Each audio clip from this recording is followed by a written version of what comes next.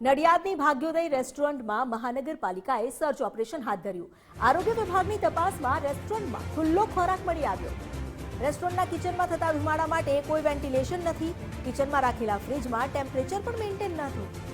રેસ્ટોરન્ટના સ્ટાફનું છેલ્લા 1 વર્ષથી હેલ્થ ચેકઅપ પણ નથી કરવામાં આવ્યું। રેસ્ટોરન્ટના ઓનરને મહાનગરપાલિકાએ 50,000 રૂપિયાનો દંડ ફટકાર્યો।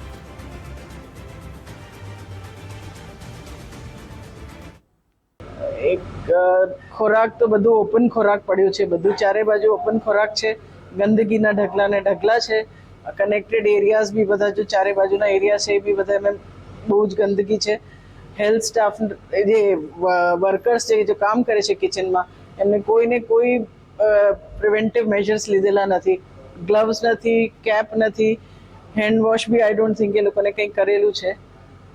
હેલ્થ ચેકઅપ તો ખબર જ નથી કે હેલ્થ ચેકઅપ કરાવવાનું હોય છે। હેલ્થ ચેકઅપ 6 મહિને કરાવવાનું એ કરેલું નથી। અમારી ટીમને બપોરે માહિતી મળી હતી કે ભાઈ ઉનાળાનો શરૂઆત થઈ ગઈ છે અને ઘણી રેસ્ટોરન્ટમાં જે એમના સ્ટાફ છે એ કિચનમાં ખુલ્લો ખોરાક હોય છે અને એવી અમને માહિતી મળી હતી। તો એના આધારે ધ્યાનમાં રાખી આજે હેલ્થ ઓફિસરને મેં જોડે રાખી અને એમનું સઘન ચેકિંગ કર્યું છે અને ચેકિંગ દરમિયાન કિચનની અંદર એપ્રોન નથી પહેરેલા, એના માસ્ક જે હતા એ નથી, કેપ નથી પહેરી, ગ્લોવ્સ નહોતા પહેર્યા, ખુલ્લો ખોરાક કિચનમાં દેખાતો હતો।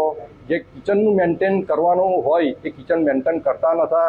અમે અંદર ફ્રોઝનવાળી જે વસ્તુઓ છે એનું ટેમ્પરેચર મેન્ટેન કરવાનું એ પણ એ લોકો નથી કર્યું।